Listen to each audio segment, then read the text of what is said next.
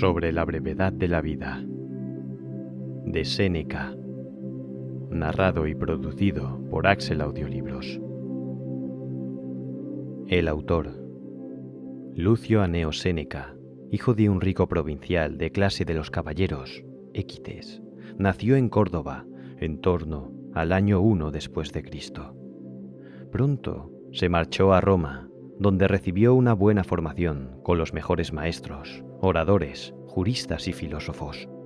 Ejerció la abogacía, destacando por sus dotes de orador. Sufrió represalias de Claudio y Mesálina, que lo mantienen desterrado en la isla de Córcega durante 8 años, hasta que Agripina, la nueva esposa del emperador, lo hace regresar y le encarga la educación de su hijo, que más tarde, con el nombre de Nerón, alcanza el poder. Durante el mandato de este, Séneca controla la política romana, intentando dar juego al Senado y repartiendo cargos entre gente fiel a sus proyectos. Poco a poco, Nerón se emancipa de las influencias de la madre, a la que hace asesinar, y del viejo maestro, al que, tras haber sido revelado su nombre como participante de un complot político, se le envía la orden de suicidarse. La muerte se muestra esquiva al condenado y solo llega después de abrirse las venas de brazos y piernas, tomar la cicuta y sofocarse con los humos de unos baños, 65 después de Cristo. Séneca compuso tragedias, a imitación de los clásicos atenienses, tratados filosóficos, algunos de ellos llamados diálogos en recuerdo de Platón, consolaciones y las epístolas morales a Lucilio, sin duda su obra más conocida. La obra. ¿Qué va a pasar?, escribe Séneca. Tú no tienes tiempo para nada, y la vida corre. Entretanto, llega la muerte, y para ella, quieras o no, vas a tener todo el tiempo del mundo. Estas palabras dan una idea de la intensidad y de la desgarradora sinceridad con la que se expresa el filósofo cordobés en Sobre la brevedad de la vida. Compuesto en torno al año 55, este tratado constituye uno de los textos más sobrecogedoramente honestos escritos nunca sobre el paso del tiempo, sobre la muerte y, por extensión, sobre la vida. A pesar de que los hombres no paran de quejarse de la brevedad de la vida, el tiempo del que disponen es bastante si sabe aprovecharse. Desperdiciamos el tiempo y no lo consideramos el bien mayor y único. La solución que propone Séneca no pasa por la hiperactividad ni por la holganza, sino por una serena aceptación de la propia mortalidad que nos permite administrar positivamente el espacio clausurado de la propia existencia. La voz del viejo sabio, volcada aquí en una nueva e impecable traducción realizada por Francisco Socas, traspasa, rotunda, épocas y siglos. Todas las cosas venideras quedan en la incertidumbre, vive de inmediato. Capítulo 1. Exordio. La mayor parte de los mortales, Paulino, se queja a una voz de la malicia de la naturaleza, porque se nos ha engendrado para un periodo escaso, porque el espacio de tiempo que se nos da transcurre tan veloz, tan rápidamente, que con excepción de unos pocos, casi todos los demás quedan inhabilitados ya en la propia preparación de la vida. Y ante este mal, que según creen es general, no solloza solamente la masa y el vulgo necio. También este mismo sentimiento ha sacado quejas de personajes esclarecidos. Viene de ahí aquella proclama del más grande de los médicos de que la vida es breve, la ciencia larga. Viene de ahí aquel pleito tan poco propio de un hombre sabio que Aristóteles planteó a la naturaleza. Pues sería que ella le ha regalado a los animales una edad tan larga que alcanza 5 o 10 generaciones, mientras que en el hombre, engendrado para tantas y tan grandes empresas, el límite se ha fijado mucho más acá. No tenemos un tiempo escaso, sino que perdemos mucho. La vida es lo bastante larga y para realizar las cosas más importantes se nos ha otorgado con generosidad, si se emplea bien toda ella. Pero si se desparrama en la ostentación y la dejadez, donde no se gasta en nada bueno, cuando al fin nos acosa el inevitable trance final, nos damos cuenta de que ha pasado una vida que no supimos que estaba pasando. Es así. No recibimos una vida corta, sino que la hacemos corta. No somos menestedores de ella, sino derrochadores. Tal como unas riquezas cuantiosas y principescas, cuando caen en manos de un mal amo, en un instante se disipan. Y al revés, cuando pese a ser escasas, se entregan a un buen custodio, crecen al emplearlas. Igualmente, la existencia se expande mucho a quien bien la organiza. Capítulo 2. La humana locura. ¿Por qué nos quejamos de la naturaleza? Ella se porta benévolamente. La vida, si sabes usarla, es larga. Pero al uno, una variación insaciable. Al otro, una actividad ajetreada, los mantienen en tareas superfluas. El uno se empapa de vino, el otro languidece en la holganza. A este le fatiga una ambición siempre pendiente del sentir ajeno.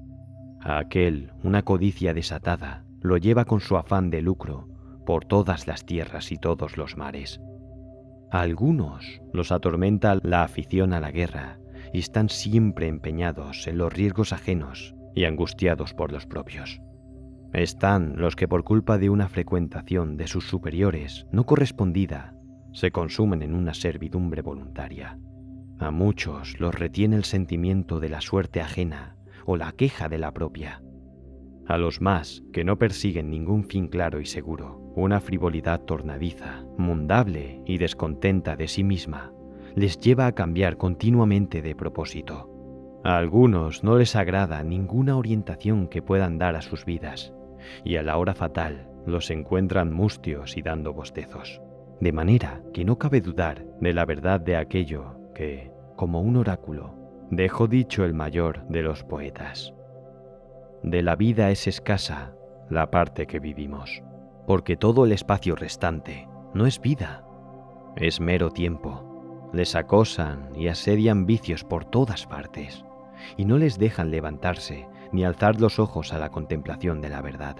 Los empujan para hundirlos y sujetarlos en sus ansias. Nunca se les permite recurrir a sí mismos.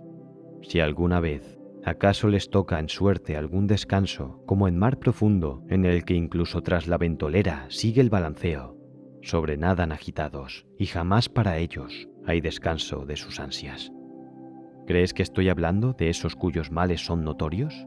Mira a aquellos otros, a cuya prosperidad se arriman todos. Se ven ahogados por sus bienes. ¿Para cuántos y cuántos las riquezas son pesadas? ¿A cuántos les cuesta sangre su facundia y el afán de exhibir su talento? ¿Cuántos están pálidos por sus voluptuosidades continuas? ¿A cuántos no les deja nada de libertad la masa que los rodea? Repasa, en fin, la nómina de todos esos, de los más bajos a los más altos. Uno pide asesoramiento y el otro lo presta. Aquel es sospechoso y el de más allá defiende. Aquel hace justicia, pero ninguno se reivindica a sí mismo. Cada cual se consume para otro. Pregunta acerca de esos cuyos nombres se aprenden de memoria. Verás que les distinguen por las siguientes señas. Este es del círculo de aquel, este otro de las de un tercero, ninguno del suyo propio. La indignación de algunos es completamente demencial. Además, se quejan del desdén de sus superiores, porque cuando quieren verse con ellos, no tienen tiempo. ¿Se atreve a quejarse alguien de la arrogancia del otro alguien que nunca tiene tiempo para sí mismo? No obstante, aquel a ti, seas tú quien seas, te mira con expresión insolente. Es verdad, pero te mira alguna vez. Aquel rebaja sus oídos a tus palabras, aquel te deja ir a su lado. Tú no te has dignado a mirarte nunca. No te has dignado a escucharte, así que no tienes por qué imponer tales obligaciones a nadie, puesto que ciertamente, cuando obrabas así, no querías estar con otro, sino que no podías estar contigo mismo. Capítulo 3. Echando cuentas. Por más que todos los talentos, que alguna vez brillaron estén de acuerdo en ello, nunca se asombrarán lo bastante de esta ceguera de la mente que muestran los hombres. No consienten que ninguno ocupe sus fincas. Si surge la menor disputa acerca del trazado de las lindes, recurren a pedradas y puñales. Dejan a otros adentrarse en sus vidas, más todavía, por su propia cuenta, hacen que otros en adelante se adueñen de ella. No se halla nadie que quiera distribuir su dinero.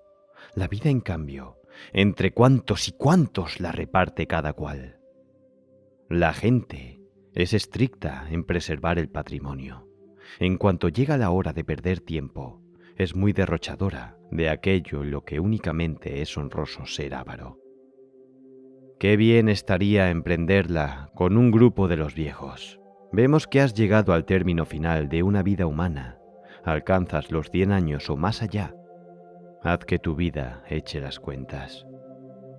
De este tiempo extrae cuánto se ha llevado el acreedor, cuánto la querida, cuánto el patrono, cuánto el cliente, cuánto el pleito con la esposa, cuánto el control de los esclavos, cuánto los desplazamientos por la ciudad para atender compromisos.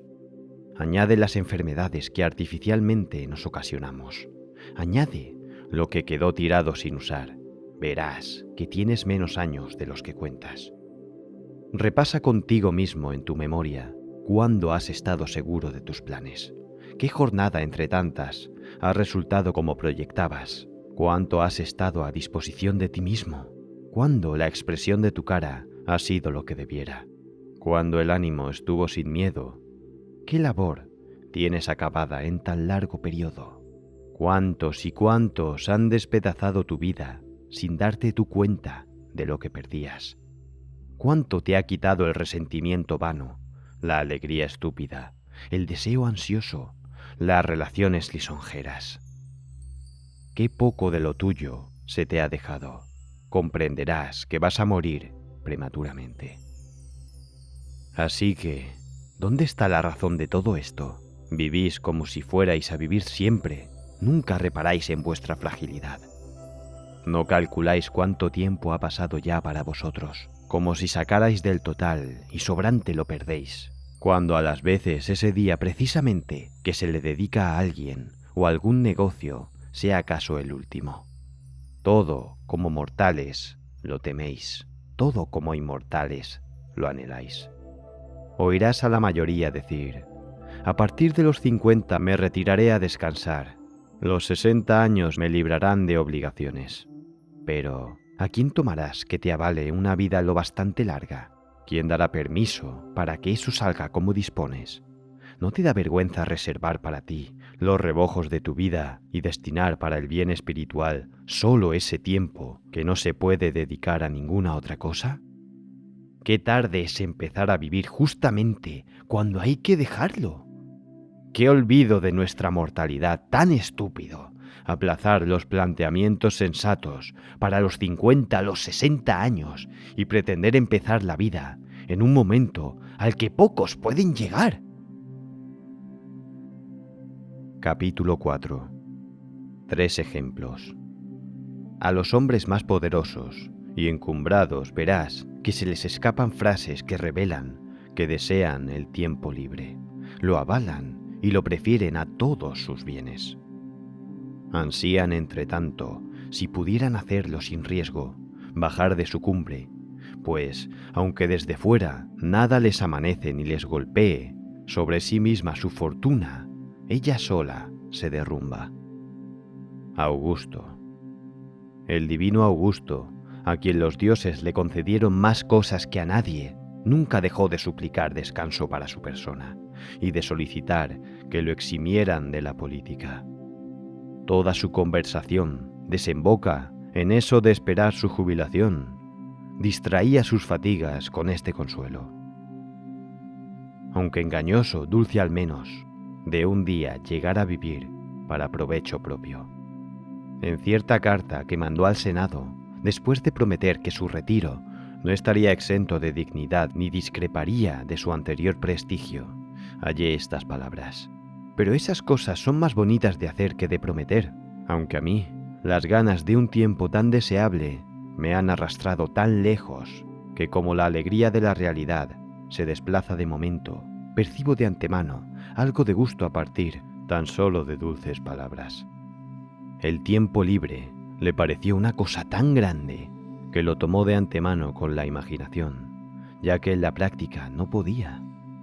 El que veía que todos los asuntos dependían de él solo, el que asignaba su suerte a hombres y naciones, imaginaba con la mayor alegría el día que se despojara de su grandeza. Había comprobado cuánto sudor le costaba aquellos bienes que resplandecían por todas las tierras, cuántas preocupaciones secretas tapaban, obligado a lidiar con las armas, contra conciudadanos primero, después contra colegas, finalmente contra parientes. Derramó sangre en mar y tierra. Viajando en torno a través de Macedonia, Sicilia, Egipto, Siria y Asia, y casi todos los territorios, dirigió contra enemigos exteriores unos ejércitos ya cansados de matar romanos. Mientras pacifica a los Alpes y sojuzga a enemigos presentes en medio de un imperio pacificado, mientras desplaza las fronteras más allá del Rin y del Éufrates y del Danubio, y en la propia Roma, las espadas de Murena, Cepión, Lépido, Ignacio y otros contra él se afilaban.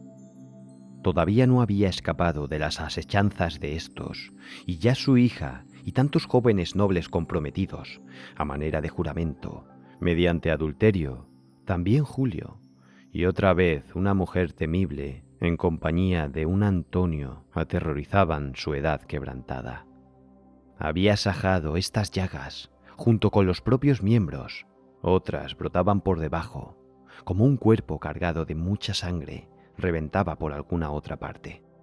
Con que añoraba el tiempo libre, esperándolo e imaginándolo, reposaban sus fatigas. Esta era la plegaria de aquel que podía hacer que se cumplieran las plegarias de otros. Capítulo 5. Cicerón.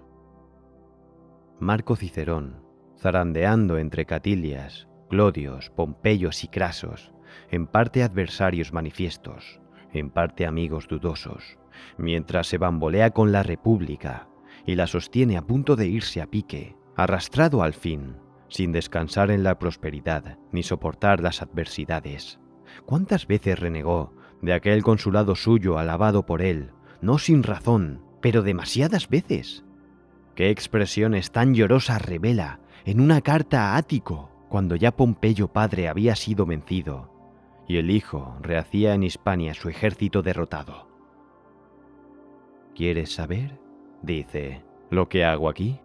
Aguardo en mi finca de Tusculano, medio prisionero. Añade luego otras cosas lamentando su época anterior, quejándose del momento presente y desesperado del porvenir. Medio prisionero, se reconoció Cicerón.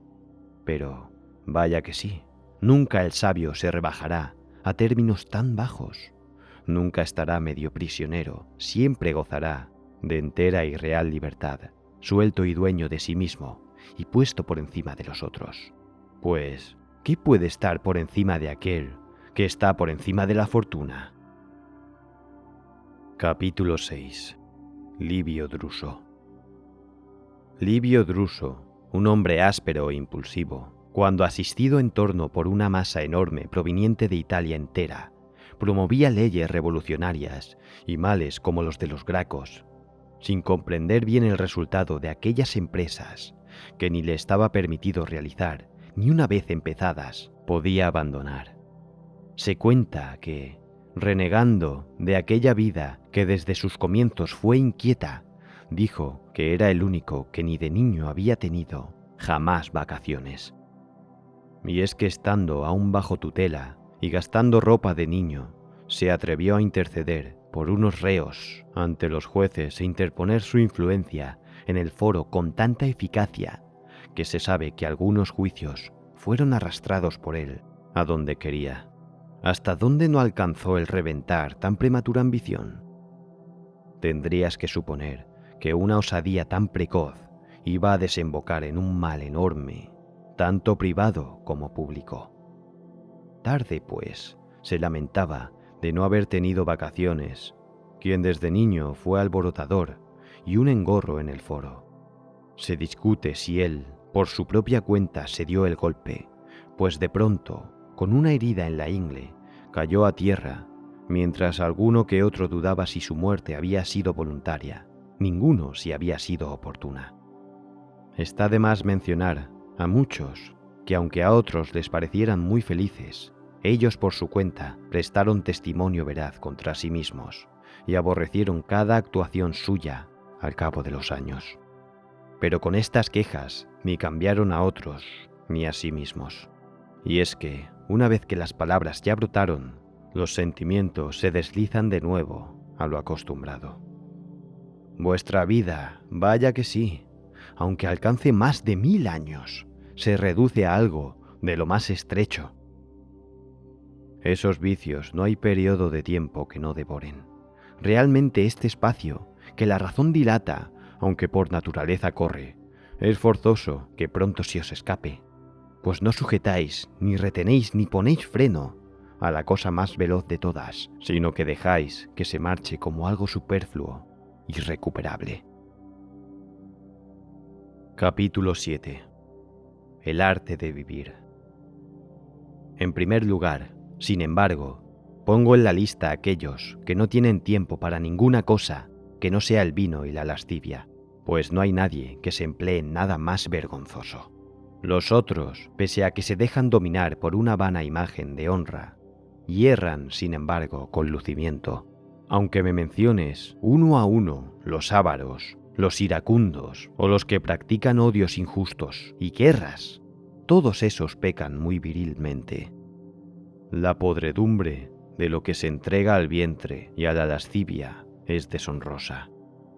Pasa revista a todos los momentos de esos, mira cuánto tiempo están haciendo cálculos, cuánto están acechando, cuánto temiendo, cuánto haciendo visitas, cuánto recibiéndolas, cuánto tiempo les ocupan las citaciones propias y las ajenas, cuánto los banquetes, que como tales son ya obligaciones. Verás que no los dejan respirar, ni sus asuntos malos, ni tampoco los buenos. En fin, todos están de acuerdo en que ninguna cosa se puede practicar por parte de un hombre ocupado, ni la elocuencia, ni los saberes liberales, ya que un espíritu agobiado no asimila nada con profundidad, sino que lo rechaza todo como impuesto. Nada concierne menos al hombre ajetreado, que al vivir en ningún otro asunto es el conocimiento más difícil. Los que profesan otras disciplinas son muchos y del montón. Incluso en algunas de ellas hay niños que parecen aprenderlas de manera que hasta podrían enseñarlas. A vivir hay que estar aprendiendo toda la vida, y algo que te va a extrañar más, toda la vida hay que estar aprendiendo a morir.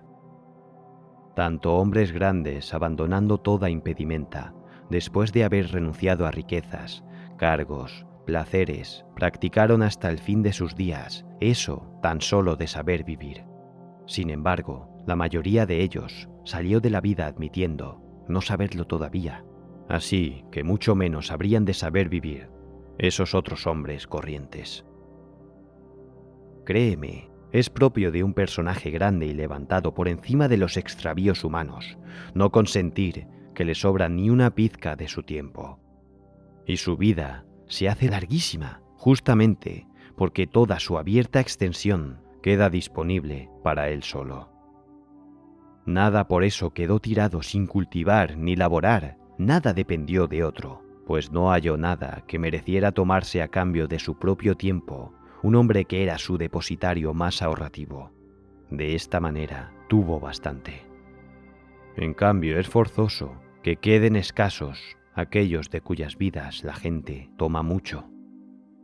Y no tienes por qué deducir de esto que alguna vez no vean sus pérdidas, a los más de esos que se ven grabados por una gran prosperidad en medio de cáterbas de clientes o en trámites de pleitos y otras honrosas miserias, exclamar en ocasiones: «No se me permite vivir». ¿Cómo que no se te permite? Todos esos que te llaman como asesor legal te despojan de tu propia persona. Aquel encausado, ¿cuántos días se llevó? ¿Cuántos aquel candidato? ¿Cuántos aquella vieja cansada de enterrar herederos? ¿Cuántos aquel que para incomodar la avaricia de los cazatestamentos se finge enfermo?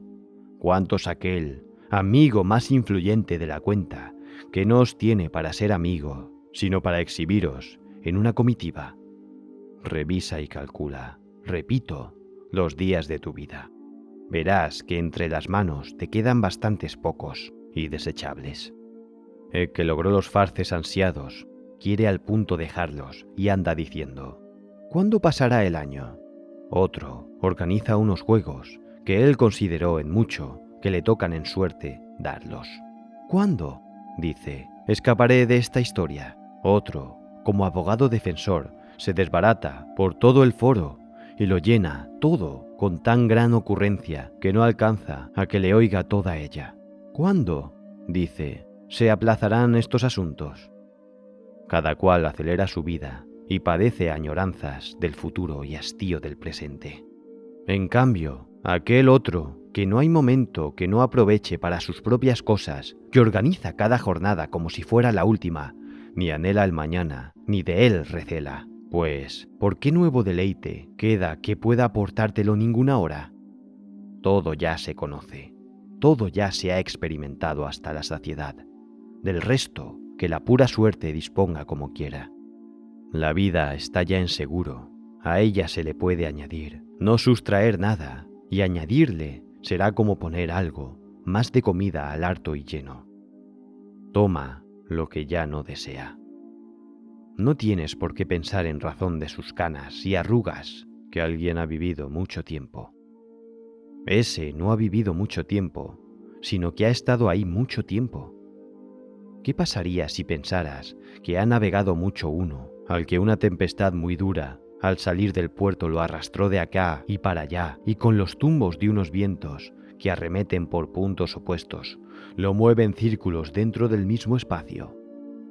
Ese no navegó mucho, sino que lo han zarandeado mucho. Capítulo 8. El desprecio del bien más preciado. Suelo extrañarme cuando veo a los unos pedir tiempo, y a los otros, los solicitados, dispuestos a dárselo. Unos y otros atienden a aquello por lo que se pide el tiempo. Ninguno al tiempo en sí. Se pide como si no fuera nada, como si no fuera nada se da. Se juega con el bien más valioso de todos. Pero los engaña el que sea un bien incorpóreo, el que no esté a la vista, de manera que se considera muy barato, más todavía que su precio es casi nada. Las pensiones, los subsidios, la gente los recibe con mucho cariño y en ellos se invierte su esfuerzo, su trabajo o su empeño. Nadie aprecia el tiempo, se le maneja con soltura, como si fuera gratuito. Ahora bien, esos mismos, mira cómo cuando enferman, si hay de verdad peligro de muerte, se postran suplicantes ante los médicos. Cómo si temen la pena de muerte, están dispuestos a gastar todo lo que tienen con tal de seguir viviendo. Tan grande es en ellos la disparidad de sus sentimientos. Y es que sí, tal como el de los pasados, se le pudiera poner delante a cada cual el número de sus años futuros, ¿cómo temblarían al ver que les quedan pocos? ¿Cómo mimarían por ellos? Como que es fácil administrar lo positivo, aunque sea escaso. Hay que guardar con mayor cuidado aquello que no sabes cuándo habrá de faltarte. Y no tienes por qué pensar, sin embargo, que ellos desconozcan lo mucho que vale esa cosa. Suelen decir, a los que quieren muchísimo, que están dispuestos a darle una parte de sus años. Se los dan sin darse cuenta, y se los dan además, de manera que se los restan a sí mismos, sin añadírselo a los otros. Pero no se dan cuenta precisamente de que se los restan. Por eso soportan ellos esa pérdida derivada de una resta inadvertida.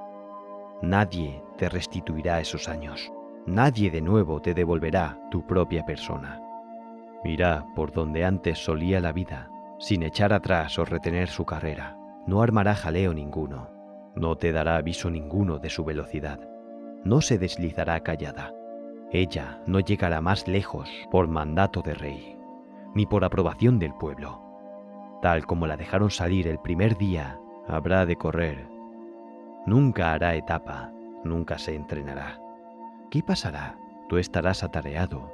La vida se apresura. Llegará entre tanto la muerte, para la cual, lo quieras o no, habrás de tener tiempo de sobra. Capítulo 9. Vivir el presente. ¿Puede haber algo más estúpido que la actitud de algunos? Me refiero a esos hombres que presumen de ser previsores. Andan empeñados en demasiadas tareas para poder vivir mejor.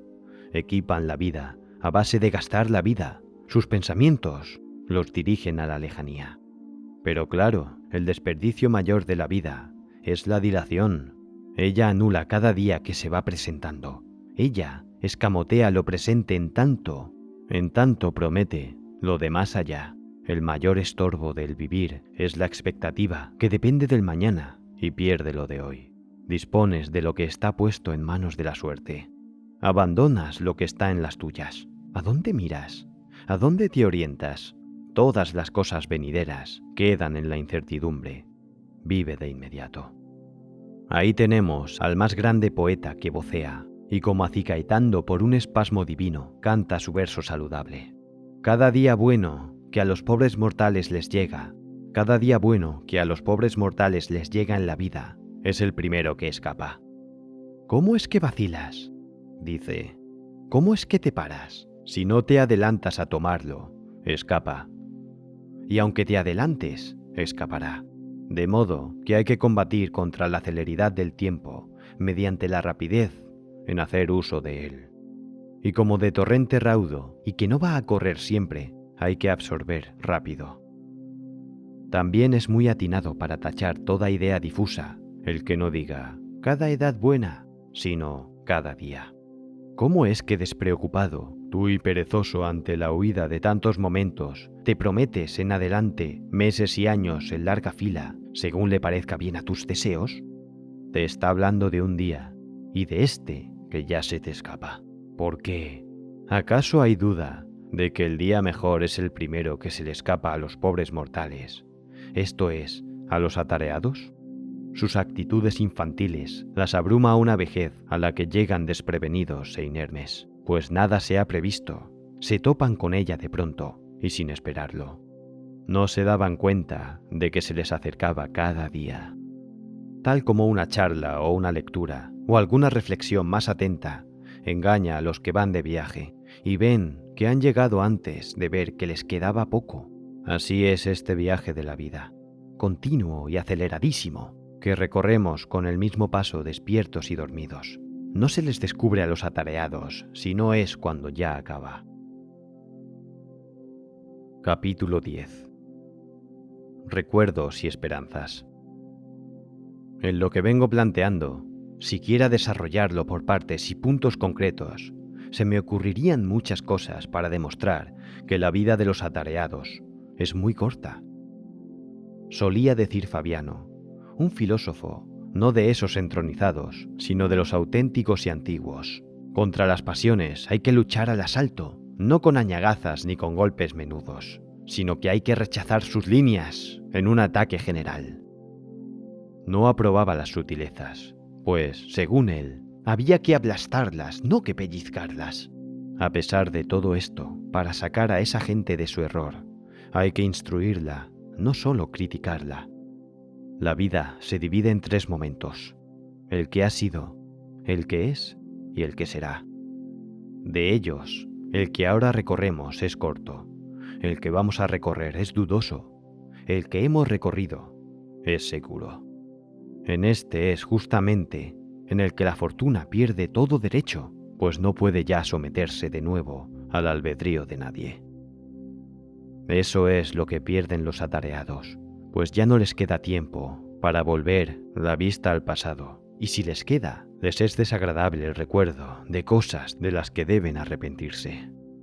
A desgana, pues, dirigen su atención hacia atrás, hacia tiempos mal llevados, sin atreverse a tantear de nuevo momentos cuyos vicios, incluso los que merced a las alcahueterías del placer de entonces se les escamoteaban, se manifiestan ahora al repasarlos. Ninguno, si no es aquel que todo lo ha hecho a la vista de su propia censura, es que nunca se deja engañar, se vuelve gustoso hacia el pasado. Aquel otro, que con ansias ambicionó muchas cosas, despreció con soberbia, venció con prepotencia, engañó con alevosía, sustrajo con avaricia, gastó con derroche. Es forzoso que tenga miedo de sus propios recuerdos. Y es que esa es una parte de nuestro tiempo consagrado y santa, situada más allá de todos los avatares humanos, excluida del poder de la suerte, ya que ni la carestía, ni el miedo, ni el ataque de las enfermedades lo trastorna. Es imposible que la perturben o roben. Su posesión es perdurable y sosegada. Los días solo están presentes uno a uno y divididos en momentos. En cambio, todos los días del tiempo pasado, no me deis la orden, se presentarán juntos, se dejarán examinar y retener a tu albedrío, cosa que los atareados no tienen tiempo de hacer. Es propio de una mente tranquila y serena recorrer todas las etapas de su propia vida. Los espíritus de los atareados, como puestos bajo un yugo, no pueden darse la vuelta y mirar atrás. Sus vidas se van, pues, a lo hondo, y ahí, como no sirve de nada, cualquier cosa que pese a todo eches dentro, si no hay debajo algo que lo recoja y lo retenga, así no importa nada el tiempo que se les quiera dar si no tiene dónde asentarse. Se escurre por unos espíritus rotos y agujereados. El tiempo presente es cortísimo, tanto que algunos creen que no es nada, toda vez que siempre está de camino, discurre y se acelera. Deja de ser antes de llegar, y no se permite una parada, tal como tampoco se la permite el firmamento y los astros, cuyo paso, siempre inquieto, nunca permanece en un mismo sitio, de manera que a los atareados solo les corresponde el tiempo presente, que es tan corto que no se puede agarrar, y ese tiempo, puesto que están distraídos en tantas cosas, se les escamotea. Capítulo 11. Al encuentro de la muerte. En fin, ¿quieres saber hasta qué punto viven poco tiempo? Mira cuánto anhelan vivir largo tiempo. Ancianos decrépitos mendigan en sus oraciones el añadido de unos pocos años. Simulan ser de menor edad de la que son. Se halagan a sí mismos con mentiras y se engañan tan a gusto como si a la vez le dieran el pego al destino. Ahora bien, cuando algún achaque les recuerda su mortalidad, mueren despavoridos, no como si salieran de la vida, sino como si los arrancan de ella. Repiten a voces que han sido tontos por no haber vivido, y que, si acaso escapan de aquella enfermedad, habrán de vivir en holganza. Piensan entonces cómo se han procurado tan en vano bienes de los que no gozarán, cómo ha resultado para nada todo su esfuerzo. En cambio, para aquellos que llevan una vida lejos de todo negocio, ¿cómo va a ser dilatada? Nada de ella se delega, nada se dispersa acá y allá, nada de ahí se confía a la suerte. Nada destruye la dejadez, nada se detrae con donaciones, nada es superfluo. Toda entera, por así decirlo, está rentando. Por poquita que sea, abastece con suficiencia. Y por eso, cuando a la sazón llegue el último día, el sabio no dudará en ir al encuentro de la muerte, con paso decidido. Capítulo 12. Ocupados y desocupados. ¿Quieres saber acaso a quiénes llamo atareados? No tienes por qué pensar que así me refiero solo a los que andan metidos en las oficinas hasta que los echan los perros, a los que uno ve en medio de la masa de los suyos recibir apretujones de prestigio o en medio de los otros recibir apretujones de afrenta, a los que sus obligaciones sacan de sus casas para llamar a las puertas ajenas o a la subasta del pretor, con sus ganancias infames y destinadas un día a gangrenarse da tarea. La holganza de algunos es atareada, en la casa de campo o en su cama, o en medio de la soledad, aunque se hayan apartado de todos, se agobian a sí mismos. Su vida no se debe llamar holganza, sino ocupada desidia. ¿Llamas tú desocupado al que restaura con ansiosa delicadeza bronces de Corinto, vueltos valiosos por la locura de unos pocos, y gasta la mayor parte de sus jornadas entre chapas enmohecidas? Al que en el Ceroma, maldita sea, ni siquiera padecemos males exclusivamente romanos, se siente a contemplar los combates de los muchachos?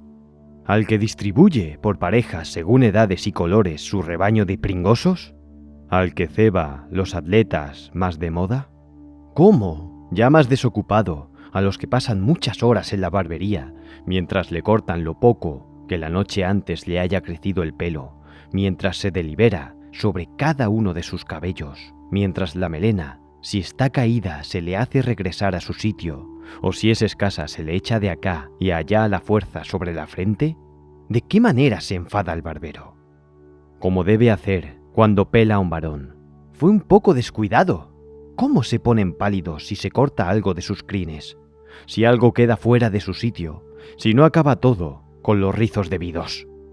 ¿Quién hay de esos que no prefiera que la república se trastorne antes que su melena, que no ande más preocupado por la elegancia de su cabeza que por su vida, que no prefiera lucir mejor peinado que dignidad? ¿Llamas tú desocupados a esos que andan siempre atareados entre el peine y el espejo? ¿Qué me dices de aquellos que se afanan en componer, escuchar, aprender canciones mientras retuercen en giros de modulación absurda la voz, cuya emisión correcta la naturaleza ha hecho que sea mejor y más sencilla? ¿De aquellos cuyos dedos resuenan continuamente por estar midiendo algún verso para sus adentros?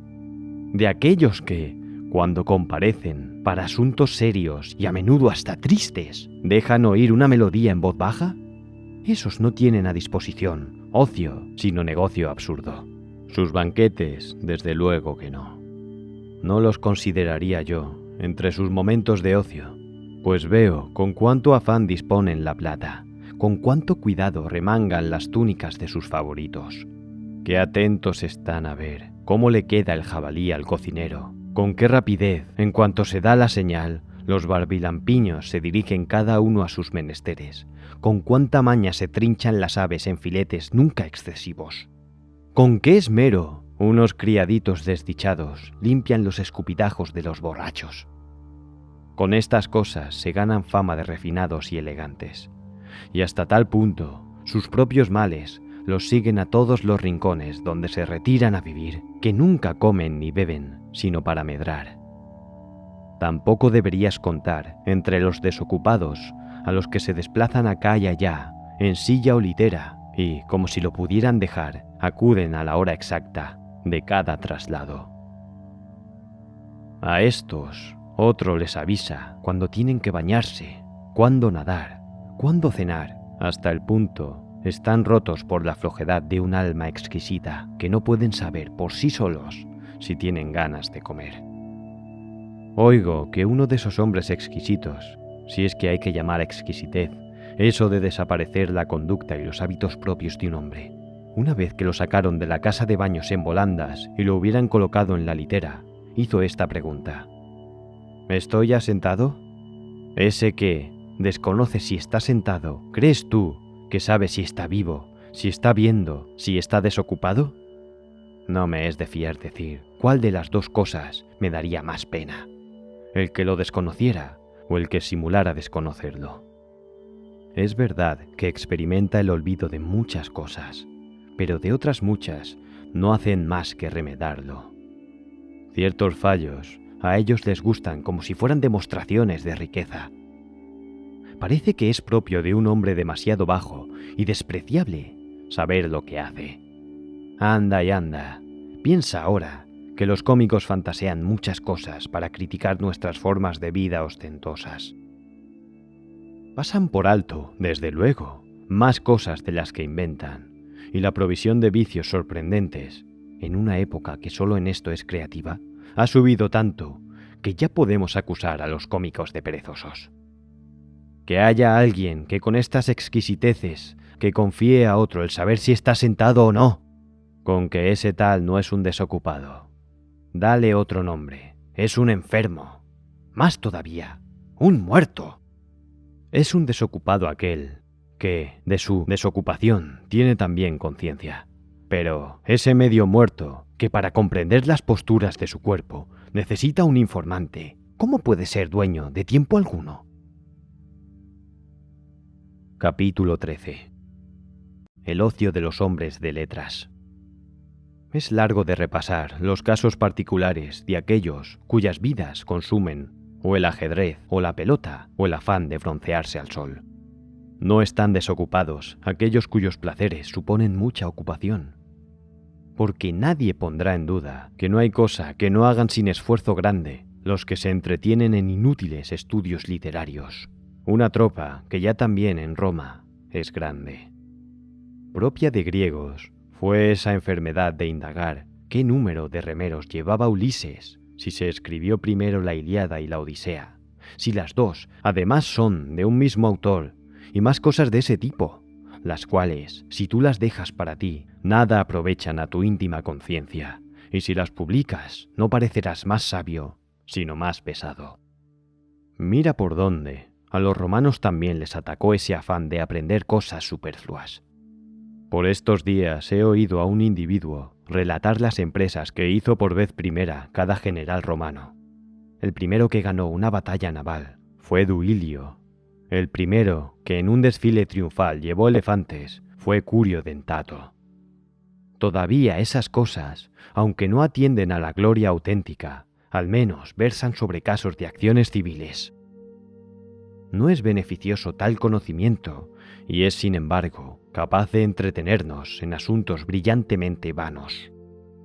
Dejemos también, para los que indagan por ahí, quién convenció primero a los romanos para que embarcaran. Fue Claudio, llamado Cáudice, precisamente porque la trabazón de muchas tablas se llama entre los antiguos caudex.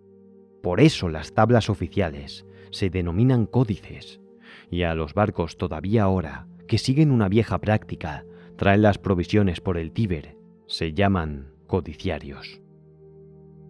Bien haría al caso también eso de que Valerio Corvino fuera el primero que venció a Mesana y el primero de la familia de los Valerios, que, tomando el nombre de esa ciudad tras conquistarla, se llamó Mesana. Y luego, cuando la gente poco a poco cambió las letras, le dijeron Mesala.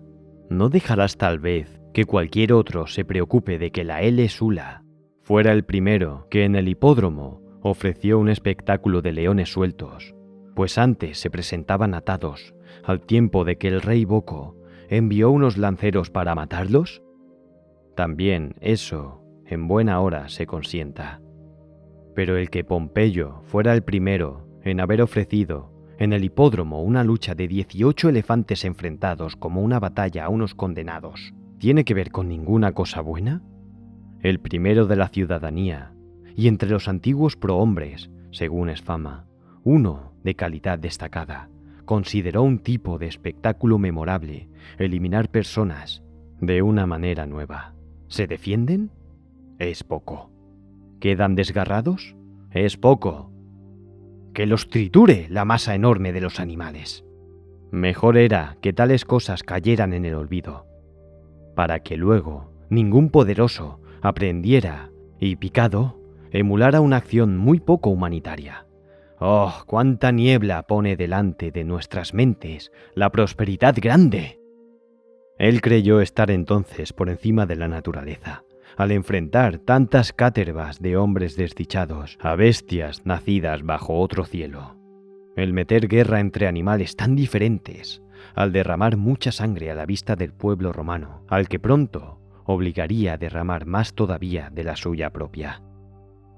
Ese mismo más tarde, sin embargo, traicionado por la desleal Alejandría, se entregaría al último esclavo para que lo traspasara, comprendiendo al fin la jactancia vana de su sobrenombre. Pero para regresar al punto de donde me aparté y mostrar en esta misma materia el esmero superfluo de algunos, ese mismo individuo contaba que Metelo, cuando marchaba en triunfo tras derrotar a los cartagineses en Sicilia, fue el único entre todos los romanos que llevó delante de su carro 120 elegantes cautivos, que Sula fue el último de los romanos que ensanchó el pomerio, el cual nunca fue costumbre entre los antiguos que se ensanchara con la adquisición del suelo provincial, sino itálico. Saber esto es más provechoso que saber que el monte Aventino estaba fuera del Pomerio, como él aseguraba, por una de esas dos razones, bien porque la plebe se retiró allá, bien porque cuando Remo estaba oficiando los auspicios en ese lugar no les llegaron aves, e innumerables cosas además, que o son falsas o poco menos que mentiras.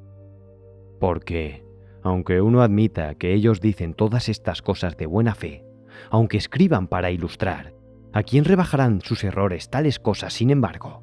¿A quién le reprimirán sus deseos? ¿A quién harán más valientes, más justos, más generosos?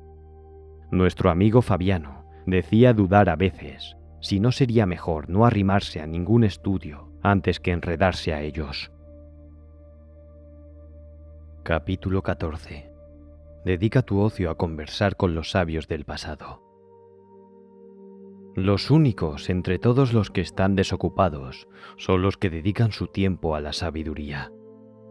Son los únicos que viven, pues no solo preservan bien su época, le añaden el tiempo todo.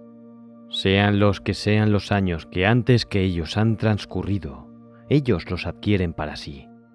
Si no somos muy desagradecidos, aquellos celebérrimos indicadores de dictámenes sagrados nacieron para nosotros, prepararon la vida para nosotros. Hacía bienes muy hermosos sacados de las tinieblas a la luz por el esfuerzo ajeno, nos van llevando. No tenemos cerrado el paso hacia ninguna época. Nos admiten en todos lados, y si cabe, con la grandeza de ánimos traspasar las angosturas de la poquedad humana. Hay mucho tiempo por el que podemos pasearnos. Es posible discutir con Sócrates, dudar con Carnéades, serenarnos con Epicuro, superar la naturaleza humana con los estoicos, salir fuera de ella con los cínicos, puesto que la naturaleza admite que lleguemos a ser copropietarios de todas las épocas. ¿Por qué desde ese tramo escaso y perecedero de tiempo no nos entregamos de todo corazón a esas realidades que son inmensas, que son eternas, que compartimos con los mejores?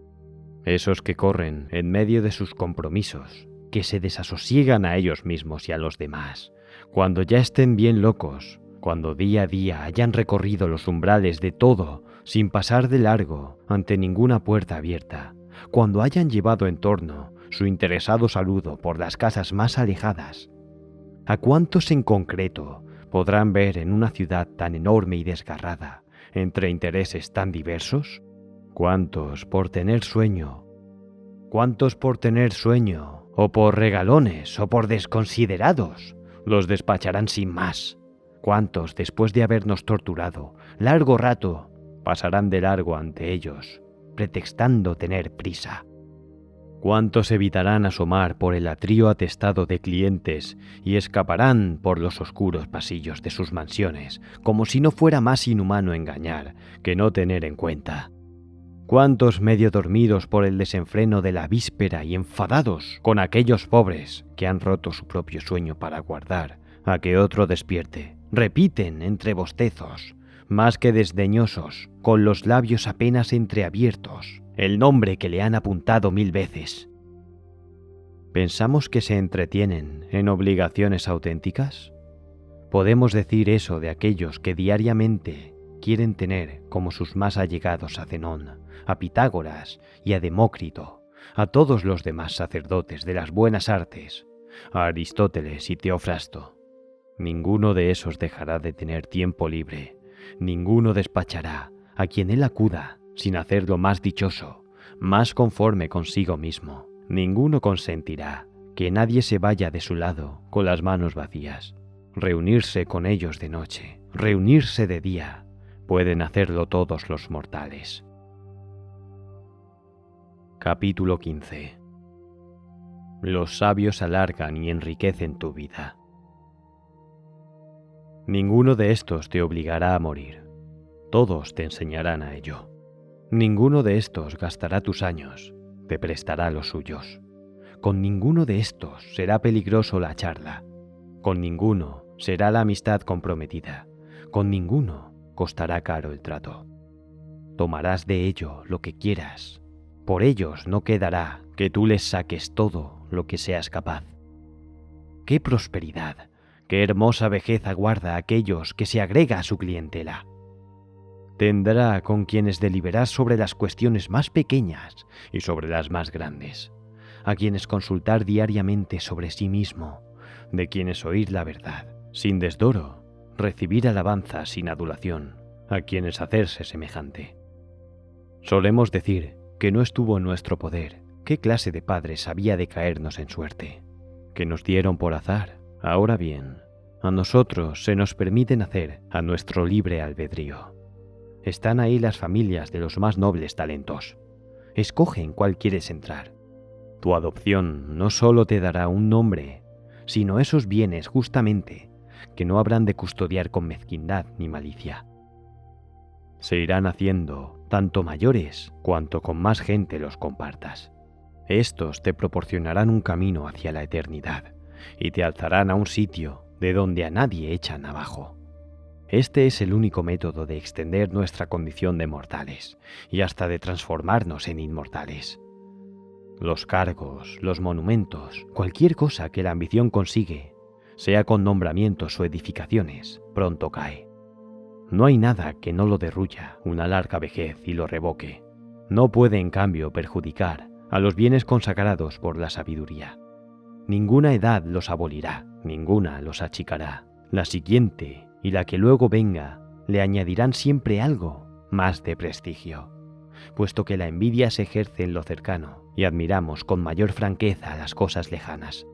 De manera que la vida del sabio se extiende mucho. A él no encierran los mismos límites que a los otros. Es el único que se ve libre de las leyes del género humano. Todas las épocas, como a un dios, le prestan servicio. Que algún momento ya pasó, lo posee mediante el recuerdo. Que es inminente, lo aprovecha. Que habrá de llegar, lo toma de antemano. Larga vida le otorga la reunión de todos los momentos en uno solo. Capítulo 16. El aburrimiento del rico. Es muy corta y desosegada la vida de aquellos que olvidan las cosas pasadas, cuidan las presentes, abrigan temores del porvenir. Cuando llegan al final, comprenden tarde los pobres cuánto tiempo han estado ocupados en no hacer nada.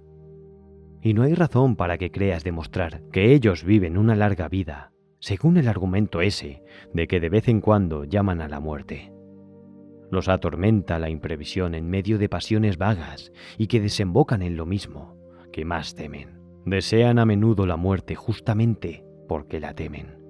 Tampoco es un argumento para que los pongas entre los que viven mucho tiempo el hecho de que la jornada les parezca larga, el hecho de que, hasta que llega el momento convenido de la cena, se quejan de que las horas marchan lentas, y es que si alguna vez las ocupaciones los dejan libres, se resqueman desamparados en medio de la desocupación y no saben cómo organizarla, cómo salvarla.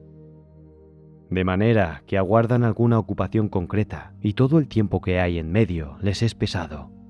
Tanto, vaya que sí, como cuando se han anunciado las fechas de un espectáculo de gladiadores o cuando se espera la convocatoria de un festival o una diversión.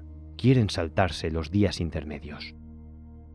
Toda dilación del acontecimiento esperado es para ellos larga.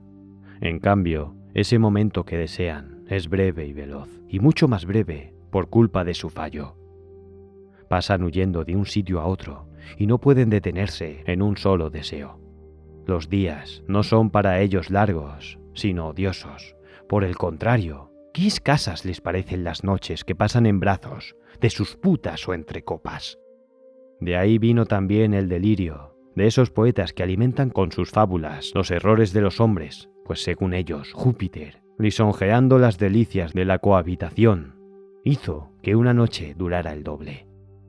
¿Qué otra cosa es sino inflamar nuestros vicios, eso de poner a los dioses en la lista de promotores y dar a nuestros padecimientos licencia excusada con el ejemplo divino? ¿Pueden a esos no parecerles cortísimas unas noches que compran tan caras? Pierden el día guardando la noche y la noche temiendo el alba. Capítulo 17. La frustración del Todopoderoso. Hasta sus placeres son asustadizos y se ven alterados por diversos terrores. Cuando andan más alegres, se les viene este pensamiento angustioso: ¿cuánto tiempo durará esto? Por causa de este sentimiento, los reyes protestan de su propio poderío y no les complace su inmensa suerte, sino que el final que alguna vez llegará les espanta. Cuando por los grandes espacios de las llanuras se extendía su ejército, sin alcanzar a abarcar su número, sino tan solo sus dimensiones, aquel rey de Persia, tan insolente, derramó lágrimas porque dentro de 100 años no quedaría ninguno de tantos jóvenes. Pero precisamente ese que los lloraba iba a acelerar su destino, y se disponía a perder a unos en el mar, a otros en la tierra, a otros en la batalla, a otros en la retirada, y en poco espacio de tiempo iba a gastar a aquellos por los que sentía temor para dentro de 100 años. ¿Y cómo es que incluso sus gozos son asustadizos? Pues porque no se apoyan en principios sólidos, sino que se ven perturbados con esa misma frivolidad con que nacen. Pero, ¿cómo crees que son para ellos los momentos que ellos mismos reconocen infelices? ¿Cuándo incluso esos otros con los que se exaltan y se alzan por encima del hombre son poco auténticos? Cada uno de nuestros bienes mayores está lleno de preocupación y en ninguna suerte confiamos menos que en la muy buena. Hace falta una segunda felicidad para proteger esa felicidad, y hay que hacer ruegos otra vez por aquello que salió conforme a nuestros ruegos. Y es que todo lo que sucede por azar es inestable. Cuanto más alto se alza, tanto más propenso es a caer.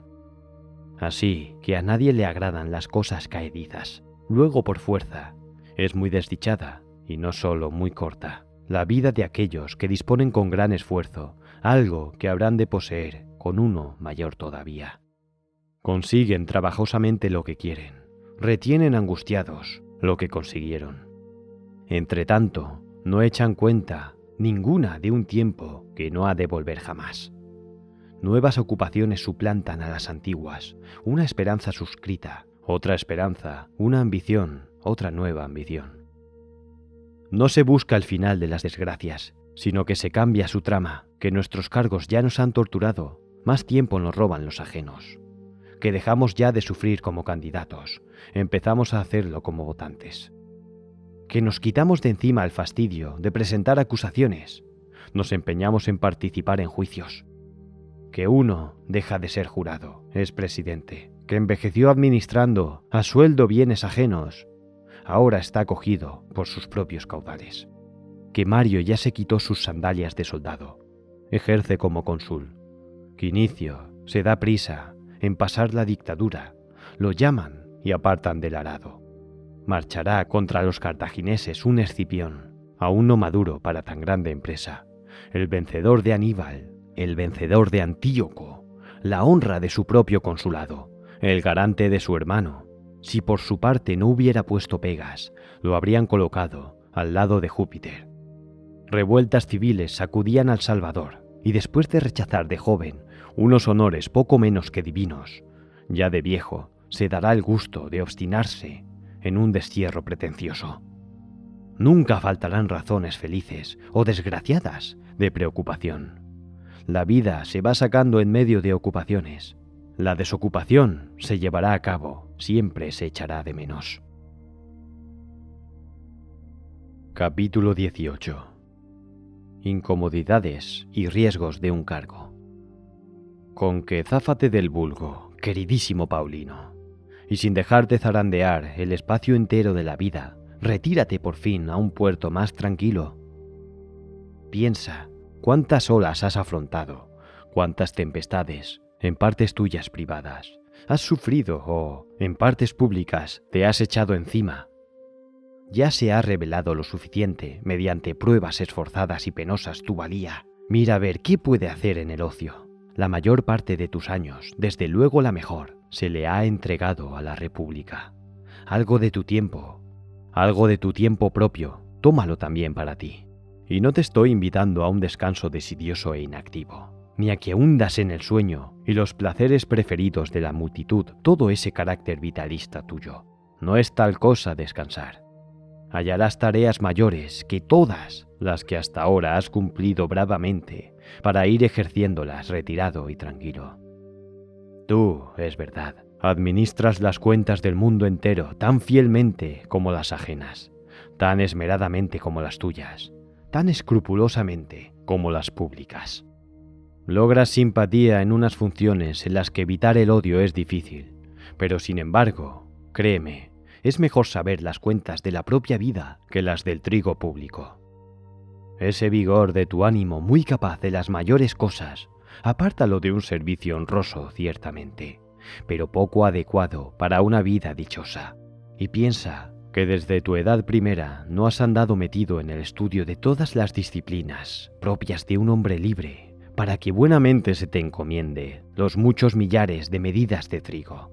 Algo más grande y elevado se esperaba de ti. No faltarán hombres de cabal honradez y laboriosidad incansable, tan buenos para llevar carga. Son los lentos mulos como los nobles caballos. Pero, ¿quién abruma alguna vez con pesados sacos los sueltos andares de un caballo de raza?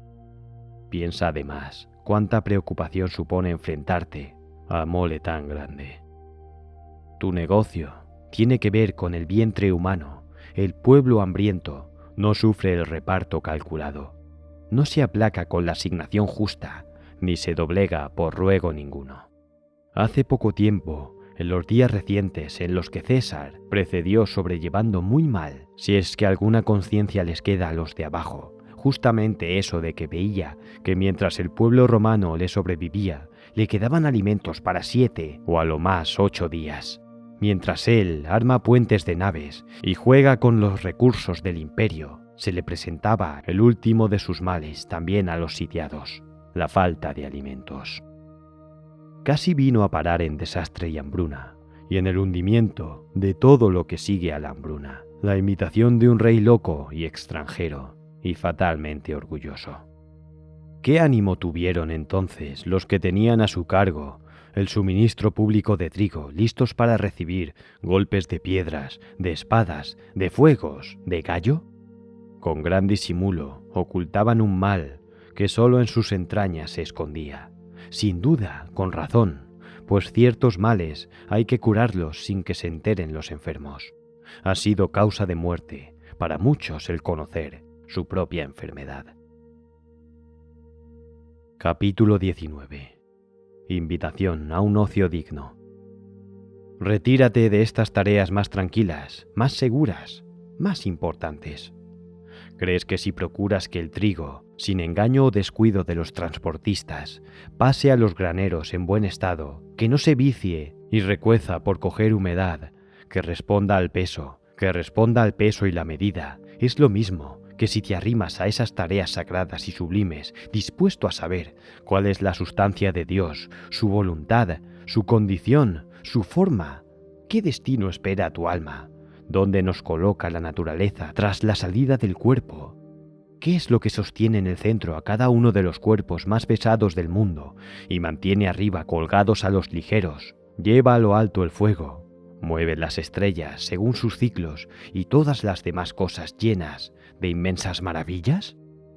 ¿Quieres tú dejar el suelo y mirar con la mente esas cosas? Ahora, cuando la sangre está caliente, tienen los aminosos que dirigirse a mejores cosas. En esta clase de vida te aguardan muchas habilidades nobles, el amor y la práctica de las virtudes, el olvido de los deseos, la ciencia de vivir y morir, un hondo descanso de todo. La condición de todos los atareados es desde luego desdichada, pero es la más miserable, la de aquellos que ni siquiera se afanan en sus propias ocupaciones, duermen según el sueño de otro, caminan según los pasos de otro, reciben órdenes para amar y odiar, que son las acciones más libres de todas. Si éstos quieren acaso saber lo corta que es la vida, que piensen en qué proporción es suya propia. Capítulo 20. Jubilarse a tiempo. Cuando veas, pues, que algunos visten ropa de gala una y otra vez, Que sus nombres resuenan en el foro, no sientas envidia. Esas cosas se granjean con pérdida de vida. Para que un solo año reciba su nombre, habrán de manchar ellos todos sus años. A algunos, antes de que pisen la cumbre de su ambición, en las primeras escaramuzas, los abandona la vida. A otros, después de haberse arrastrado hasta el logro de una dignidad a través de 1000 indignidades, les viene el pensamiento lamentable de que han estado trabajando para la inscripción del sepulcro. La vejez extrema de algunos, al tiempo, se organiza para nuevos proyectos, como si fuera la juventud, falla imponente entre grandes y descomunales intentos. Es grotesco aquel al que en un juicio a favor de litigantes más que desconocidos, mientras perora, ya que con demasiados años e intenta ganarse la aprobación de una audiencia inexperta, le falta el resuello. Está mal visto aquel que, cansado antes de vivir que de trabajar, se derrumba en medio de sus tareas. Está mal visto aquel que, a punto de morir, pide que le rindan cuentas y provoca la risa del que lleva mucho tiempo esperando la herencia. No puedo pasar por alto un caso que me viene a la memoria. Turanio fue un anciano de escrupulosa laboriosidad que, pasados ya los 90 años, cuando recibió de las manos de César una licencia de un cargo, mandó que lo amortajaran en la cama y que la familia, puesta alrededor, lo llorara como un muerto. La casa hacía duelo por el ocio del señor anciano y no acabó sus lloros, sino es cuando se le devolvieron sus funciones. Hasta tal punto le llega a la gente morir ocupada. La misma actitud tiene la mayoría. Les durará más tiempo el deseo de trabajar que la capacidad. Combaten contra la flaqueza del cuerpo. A la propia vejez no la consideran pesada por ningún concepto, si no es porque los pone aparte. La ley no alista a nadie como soldado. A partir de los 50, a partir de los 60, ya no convoca al senador. La gente tiene más dificultades para conseguir la jubilación por ella misma que por la ley. Entretanto, mientras se ven arrastrados y arrastran ellos, mientras los unos interrumpen el descanso de otros, mientras son desdichados por turno, su vida es sin provecho, sin deleite, sin ningún progreso espiritual. Ninguno tiene la muerte a la vista, ninguno deja de extender sus esperanzas hasta lejos, y algunos hasta organizan las cosas más allá de la propia vida. Moles inmensas para su sepulcro y asignaciones para obras públicas y espectáculos ante la prisa y exequias pretenciosas. Pero, maldita sea, los funerales de esos, como si hubieran vivido muy poco, habría que celebrarlos con hachones y cirios.